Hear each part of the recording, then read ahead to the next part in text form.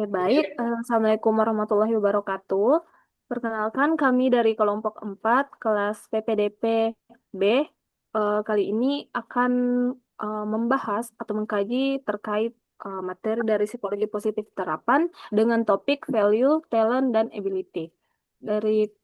Adapun kelompok kami terdiri dari 6 anggota, ada Siti Isnain Ibrahim, ada Ahlakul Karimah, ada saya sendiri Andi Fatimah Zahra. Kemudian ada Kak Yunianti Permatasari, Kak Amalia Maisura, dan Kak Yulia Aslam. Baik, untuk mempersingkat waktu, materi pertama value akan disampaikan oleh saudari Kak Yulia Aslam. Dipersilahkan. Oke, terima kasih. Eh, jadi boleh di ini slide-nya, teman-teman, ini operator. Oke, jadi pertama kami akan menjelaskan tentang value. Nah, value itu bisa disebut dengan nilai.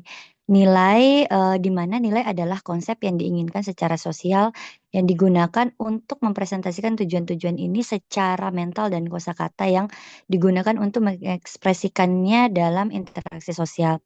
Value juga itu tidak hanya untuk membentuk identitas seseorang, tapi juga mempengaruhi keputusan, tindakan, dan hubungan dengan orang lain. Oke, next. Nah, kemudian faktor yang mempengaruhi value itu sendiri. Nah, ada beberapa faktor nih. Ada yang pertama itu keluarga.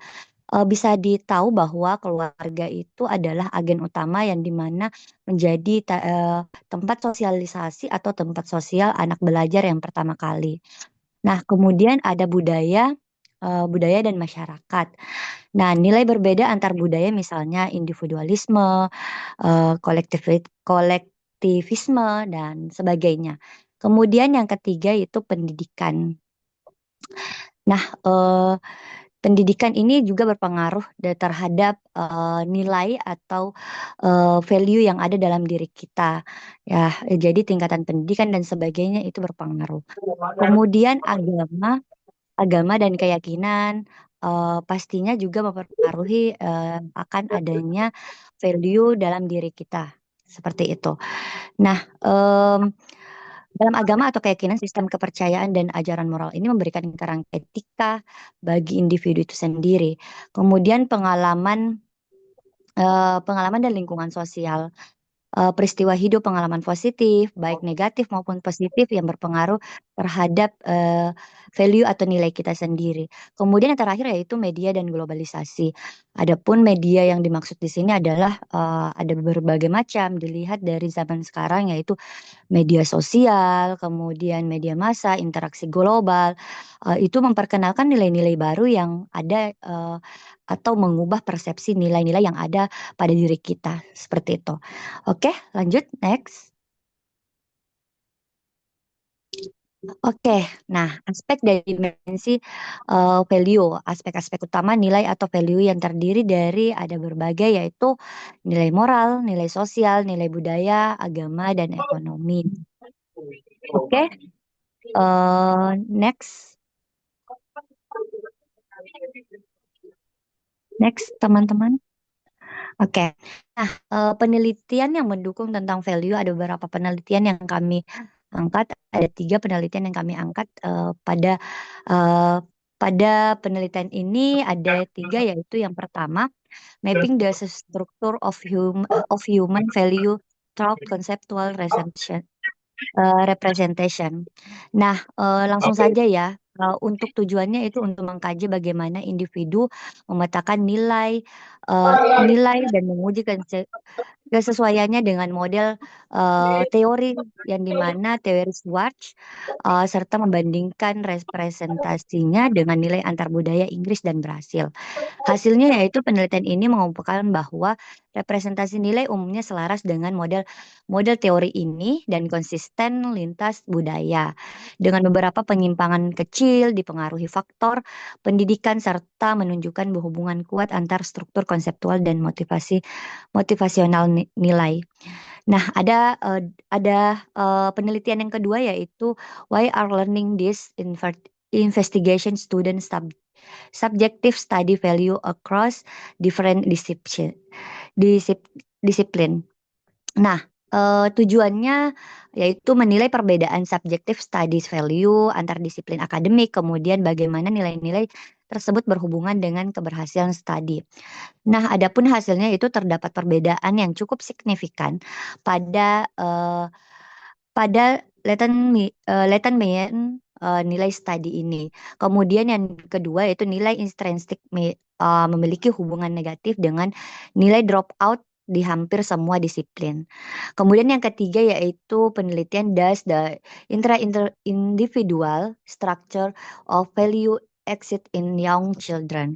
Nah, penelitian ini bertujuan untuk menguji apakah struktur nilai menurut Schwartz atau teori ini muncul pada anak usia 8 sampai 12 tahun. Menganalisis perbedaannya, perbedaan baik itu berdasarkan usia serta mengidentifikasi perbedaan prioritas nilai menurut gender. Adapun hasilnya itu sejak usia 8 tahun anak sudah memiliki struktur nilai yang makin terdiferensial dengan seiringnya usia. Dengan anak laki-laki cenderung pada achievement dan openness to change, sedangkan anak perempuan pada self unattentiveness dan confusion.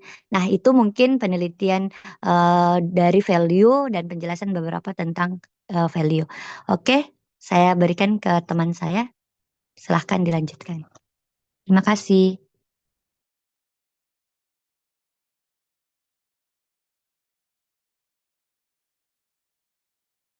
Baik, selanjutnya kita akan membahas mengenai talent. Nah, apa sih talent itu? Talent itu bisa kita pahami sebagai hasil dari perpaduan antara bakat ataupun bawaan genetik dan kesempatan dari lingkungan. Misalnya, yang kemudian itu didukung terhadap seseorang mampu meraih pencapaian yang luar biasa. Nah, hal ini disampaikan oleh Simonton tahun 1999. Artinya, hal ini menggambarkan talent itu sebagai proses yang dinamis, yang melibatkan faktor biologis dan eksternal. Kemudian, saya akan membahas mengenai aspek-aspek talent. Next slide, Kak. Nah, ada beberapa aspek-aspek talent. Di sini saya mengangkat menurut Gekna tahun 2013 dan revisian tahun 2020. Nah, yang pertama itu adalah aspek giftedness atau bakat.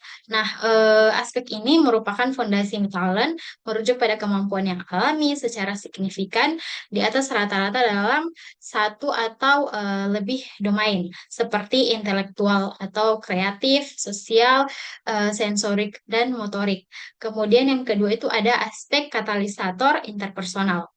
Nah, dalam aspek ini itu melibatkan sifat-sifat pribadi yang mempengaruhi motivasi dan kesiapan pengembangan.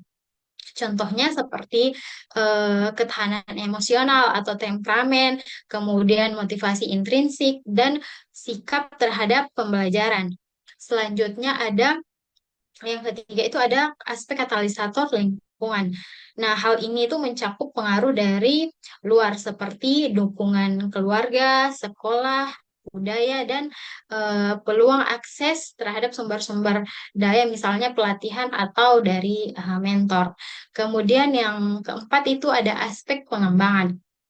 Nah, aspek ini eh, berpotensi di mana potensi itu diubah menjadi talent melalui aktivitas yang sistematis seperti latihan, kemudian pembelajaran yang formal atau investasi terhadap waktu dan energi. Kemudian yang terakhir itu ada aspek outcome atau hasilnya. Nah, hasil akhir dari interaksi aspek-aspek yang sudah saya jelaskan sebelumnya, talent itu yaitu penguasaan yang luar biasa atau dalam bidang spesifik yang mencapai level yang profesional atau elit. Selanjutnya akan dilanjutkan oleh teman saya. Oke, jadi selanjutnya yaitu faktor yang memengaruhi talent. Jadi menurut Zulkarnain, terdapat dua faktor utama yang mempengaruhi proses pembentukan dan pengembangan talent itu sendiri, yaitu faktor internal yang pertama, yang kedua adalah faktor eksternal. Faktor internal ini adalah faktor yang mencakup eh, aspek-aspek pribadi yang melekat dalam diri individu seperti motivasi, minat, dan nilai-nilai karakter. Individu yang punya dorongan kuat atau punya motivasi tinggi itu akan selalu terus berlatih dan mencari tantangan baru serta tidak mudah menyerah. Nah, yang kedua itu faktor eksternal. Faktor eksternal itu berhubungan dengan lingkungannya, tempat individu itu berada. Misalnya budaya organisasi, dukungan dari pimpinan, sistem penghargaan kepada seseorang, terus serta aksesnya terhadap tempat-tempat pelatihan. Nah, lingkungan yang mendukung itu memberikan ruang bagi individu untuk tumbuh, bereksperimen, serta menunjukkan performa terbaiknya. Nah, sebaliknya kalau lingkungannya tidak kondusif, dapat menghambat proses tersebut, meskipun individunya itu punya potensi yang besar. Nah, kemudian kami menemukan tiga penelitian terkait talent. Yang pertama adalah berjudul Identifying Gifted Potential Through Positive Psychology Content. Eh, Tujuannya untuk mengembangkan metode metode identifikasi bakat berbasis psikologi positif menggunakan Bullseye Model for Effective Development atau biasa disingkat dengan BEME untuk menemukan potensi gifted pada siswa, khususnya dari kelompok-kelompok underrepresented atau kelompok-kelompok terpinggirkan. Hasilnya adalah model BMI ini mampu mengidentifikasi potensi gifted yang tidak terdeteksi pada tes-tes tradisional. Terus meningkatkan equity melalui pengumpulan aspek afektif dan psikologi positif.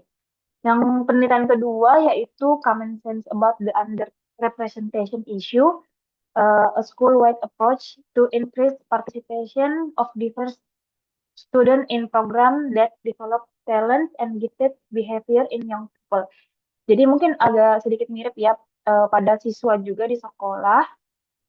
Tujuannya untuk meninjau masalah underrepresentation siswa dari kelompok minoritas dalam program gifted, serta menawarkan eh, school enrichment model, jadi bentuk modelnya sebagai solusi pengembangan talenta yang lebih inklusif.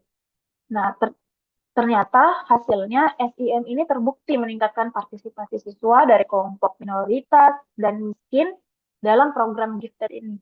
Hasil akademik dan kreatif mereka itu meningkat signifikan. Terus penelitian ketiga ini juga penelitian yang mirip ya, underrepresented study student in gifted and talented education. Ini juga menggunakan psikologi positif untuk mengidentifikasi dan mendukung siswa-siswa berbakat dari kelompok-kelompok terpinggirkan atau underrepresented. Nah, psikologi positif, hope, optimism, resilience, and self-efficacy itu efektif ternyata hasilnya. Digunakan untuk mengenali dan mendukung bakat-bakat siswa yang sebelumnya itu kurang terlayani. Gitu.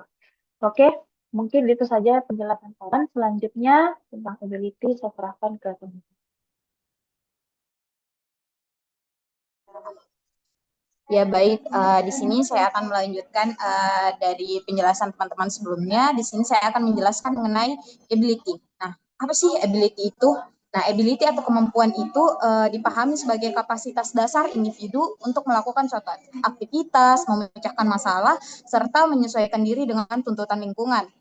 Nah, ability ini tuh bersifat relatif stabil meskipun tetap ya dapat dipengaruhi oleh beberapa faktor seperti pengalaman, latihan ataupun lingkungan. Nah, Carroll tahun 1993 sendiri menjelaskan bahwa ability ini merupakan konstruksi psikologis yang dapat dianalisis secara hierarkis, mulai dari kemampuan umum atau general ability hingga kemampuan khusus seperti verbal, numerik, spasial, dan memori. Tapi slide selanjutnya.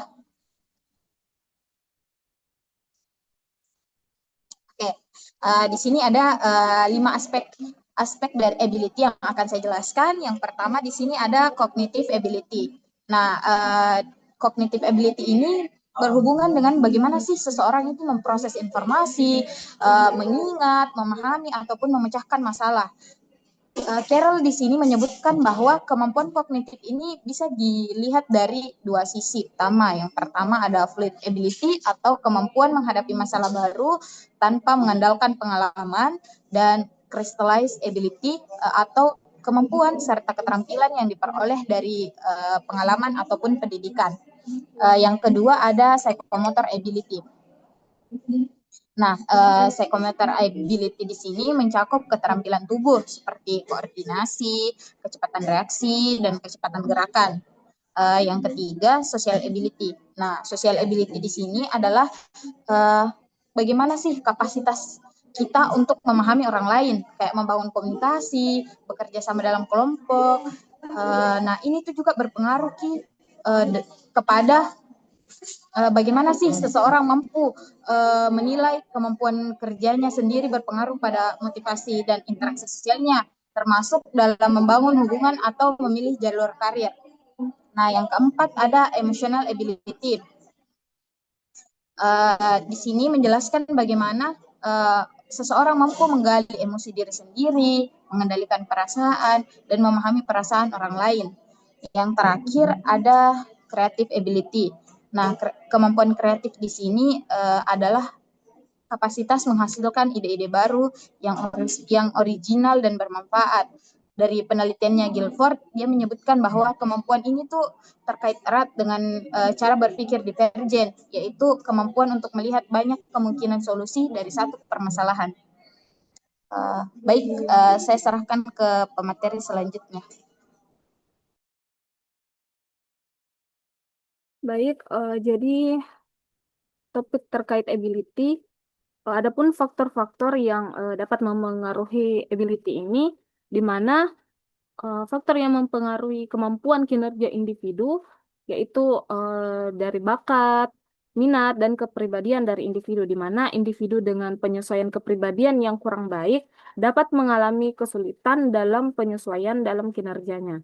Nah, adapun faktor lainnya yang turut mempengaruhi ability, seperti kemampuan keseluruhan dari individu itu tersusun dari dua faktor, yaitu kemampuan intelektual dan kemampuan fisik. Selanjutnya ada faktor motivasi ekstrinsik, di mana ini berperan penting dalam mendorong individu untuk mengembangkan diri dan berupaya untuk mencapai tujuan meskipun terdapat hambatan yang dihadapinya. Nah, selanjutnya ada faktor kecerdasan emosional atau emotional intelligence yang di mana melibatkan keterampilan dalam menggunakan emosi untuk berpikir, mengambil keputusan, serta membangun relasi sosial yang sehat, di mana individu yang memiliki kecerdasan emosional ini eh, mampu untuk menggunakan potensinya atau kemampuannya secara optimal. Nah, selanjutnya ada faktor dari eksternal, dari luar diri, yaitu seperti lingkungan keluarga dan status ekonomi sosial, di mana ini juga turut mempengaruhi kemampuan individu seperti dengan kemampuan memori dan pemahaman sosial. Slide selanjutnya. Nah, adapun beberapa penelitian yang mengkaji terkait ability. Yang pertama dengan judul General Mental Ability and Specific Abilities, Their Relative Importance for Extrinsic Career Success, di mana jurnal atau penelitian ini bertujuan untuk meneliti peran kemampuan mental umum dan kemampuan khusus dalam memprediksi kesuksesan karir ekstrinsik, seperti gaji, pendapatan, dan pencapaian pekerjaan. Nah, di sini hasil penelitiannya itu di mana kecerdasan umum dan kemampuan khusus yang diukur saat sekolah dapat memprediksi dengan cukup baik prestasi pekerjaan setelah 11 tahun, besaran gaji setelah 11 tahun, serta pendapatan yang diperoleh hingga 51 tahun kemudian menjelang akhir masa kerja individu. Nah, selanjutnya penelitian kedua ada intellectual ability, learning style, personality as achievement motivation, dan academic success of psychology student in higher education. Di mana penelitian ini bertujuan untuk mengetahui apakah intellectual ability, gaya belajar, kepribadian, dan motivasi berprestasi itu berperan sebagai prediktor dari keberhasilan akademik di pendidikan tinggi atau perguruan tinggi. Nah, hasilnya yaitu intellectual ability dan motivasi berprestasi ternyata berhubungan positif dengan keberhasilan akademik. Nah, sedangkan untuk gaya belajar yang diarahkan itu tidak ditemukan hubungan positif dengan keberhasilan akademik. Namun, gaya belajar yang tidak diarahkan tampaknya menjadi prediktor negatif yang konsisten. Nah, untuk faktor Big Five personality atau kepribadian, ini ditemukan hubungan yang positif dan konsisten antara ketelitian dengan keberhasilan akademik. Nah, selanjutnya, penelitian berikutnya, the efficacy of psychology, positive psychology intervention to increase well-being and the role of mental imagery ability. Nah, penelitian ini bertujuan untuk menguji efek mental imagery ability terhadap the efficacy of two positive psychology intervention untuk meningkatkan kesejahteraan atau well-being. Nah, hasil penelitiannya itu menunjukkan bahwa intervensi akan sangat signifikan meningkatkan kesejahteraan, di mana correlation parsial itu mendukung prediksi bahwa upaya dan motivasi yang lebih besar terhadap intervensi ini akan berhubungan dengan peningkatan kesejahteraan yang lebih besar. Kemudian, selanjutnya, kesejahteraan ini berkorelasi secara positif dengan mental imagery ability yang menunjukkan bahwa peningkatan mental imagery ability ini dapat memfasilitasi peningkatan kesejahteraan terlepas dari penggunaan intervensi. Nah, mungkin itu beberapa penelitian terkait ability yang bisa saya sampaikan. Mungkin cukup sampai di sini materi dari kelompok kami. Saya selaku moderator mengakhiri. Assalamualaikum warahmatullahi wabarakatuh. Waalaikumsalam warahmatullahi wabarakatuh. Waalaikumsalam warahmatullahi wabarakatuh.